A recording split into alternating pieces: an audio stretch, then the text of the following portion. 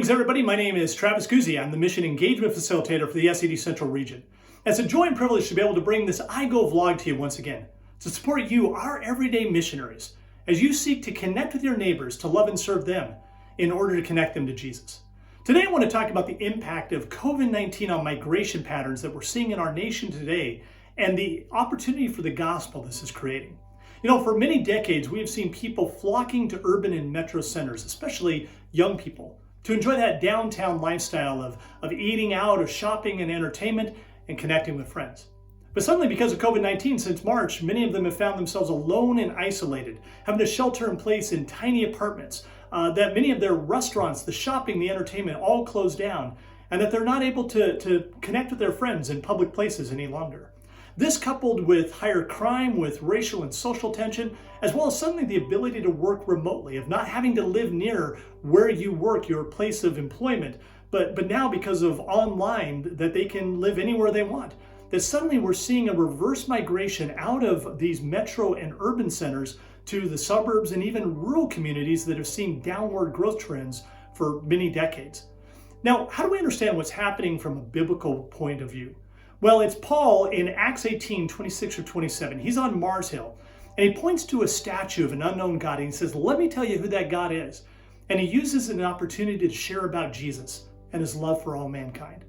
And there in the midst of that message, he says from one person, God created all the nations of the earth and chose the exact times and places for people to live and move and have their being. And he says the reason for that is that people may seek him and find God, even though he's not far from all of us. Now, this isn't to say that God caused COVID-19, but it is to say that God's purposes, his will, his providence is working behind what we are seeing happening today.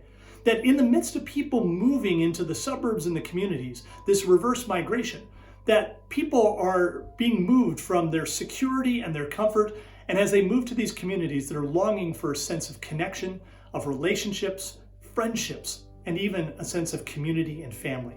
And this is an incredible opportunity for your congregation and for you to connect with those people moving in your neighborhoods. And so if you're a church, talk to your realtors about who's moving in.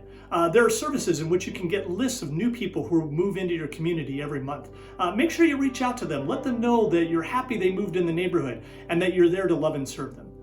If you're in a neighborhood, be watching for the for sale signs coming down, the moving vans coming in. And when somebody moves into a house, make sure you go and you introduce yourself. Not that you can have long conversations because of COVID, but let them know that you're happy they're there. Bake them some bread, some cookies. Let them know where the shopping and the stores are, and build that relationship and start praying for them and that opportunity to share Jesus with them. And for you who are maybe in metro and urban centers where you live and maybe your congregation, also be watching and praying for who's going to be moving in to those spaces that are being vacated by those moving out, because eventually somebody's going to move in, and usually it's immigrant communities. This happened for my wife and I when our first ministry back in 1992.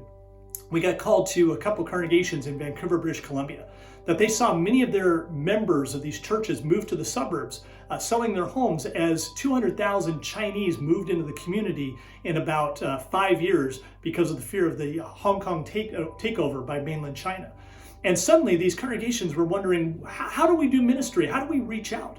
So my wife and I came in, and as we saw the needs of these people who moved in the neighborhood, that we saw an opportunity to start an ESL program because these immigrants needed to learn English. And so we not only started classes like a beginning, advanced, and intermediate, but we also connected many of the members who had moved to Canada during that time after World War II and had to learn English themselves from Europe. We connected them in practice groups with these new immigrants in our program. And it was really great to see that connection that happened, because these older ladies knew the struggle of learning English as a second language. And as they loved and served these new immigrants and helped them to learn, friendships were formed. We created community gatherings, and we had the opportunity to share the good news of the gospel. And after a year, we had about 80 people in our program.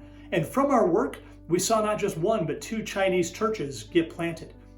This is to say, be watching and praying for who's moving in your neighborhood, whether it's in the metro and urban area, the suburbs, or your rural communities. Be watching who comes in and look for ways to love and serve them, because this is an incredible opportunity as they move in the neighborhood, an opportunity to share Jesus and make those new connections with them.